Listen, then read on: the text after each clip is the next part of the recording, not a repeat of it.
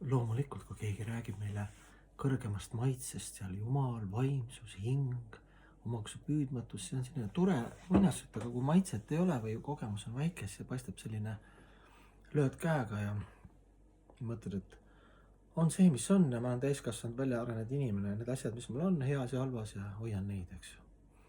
Noh, selline klassikaline meie lähenemine.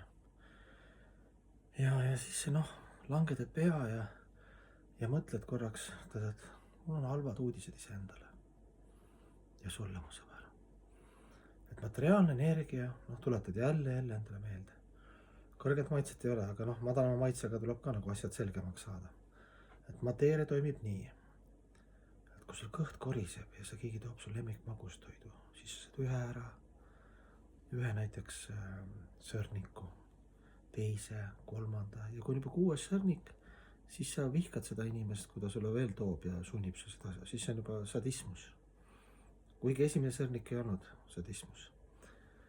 Ja samal ma vaatan ka maailmas, küll inimesed üritavad sulega, maskidega, piitsaga, ümberlõikamisega, ma ei tea, alaealistega, loomadega, surnutega, nüüd siis ka avataaradega, AI avataaradega, kõik üritavad nagu läbi selle keha nagu saada see mentaalse maailma tippnauding, seksivärk. No ja siis vaatad inimesi iseennast ja täpselt sama see piruka seadus on. Mõtleme, et sa oled selline vana ja väsinud mees, istud köögis ja keegi tuleb, ütleb sulle maailma kõige ilusam naine on ukse taga. See naine tuleb sisse, sa oled nagu mõtled, mine vekki, kas tõesti naine tuleb, ütleb, ma vajan sind. Mõtled, et mine metsa. No mida sa nagu, see on vist une nagu, näpistad ennast. Ei, see on päris. No ongi, üks päev on see naine. Kõik on fantastiline. Armud nagu, teil ei ole nii ilust naist. Manus naine, noor ja ilus. No siis läheb mingi aeg mööda, harjud naisega, ükskõik kui ilus ta oli. Ja naabrimees ka tahab teda, eks ju, kuule see naisega vedanud.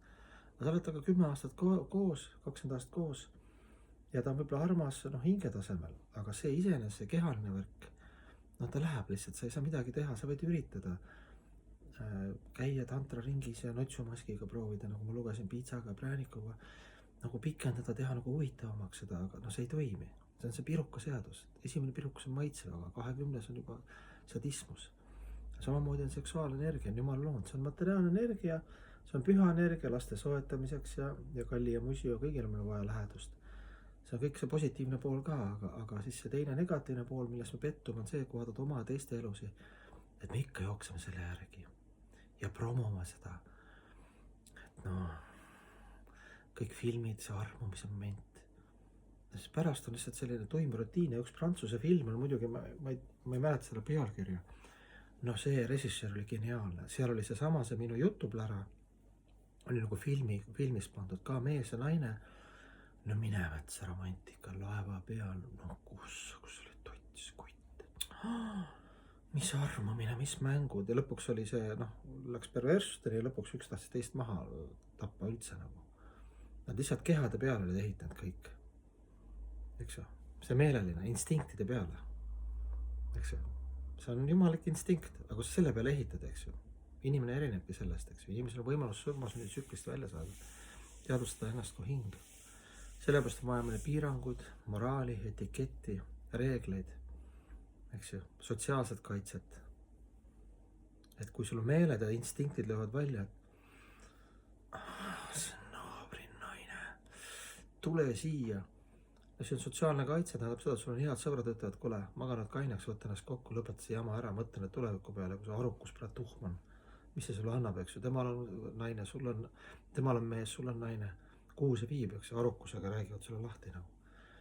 Et sellepärast inimkond ongi selline ollus, et kui kultuuri, reeglid ja piiranguid nii varguses, seksuaalasjades ei ole sellised kõrgkultuuri, etiketi, moraali, siis on pekkis. Siis ongi see, mis ma ennem loetlesin.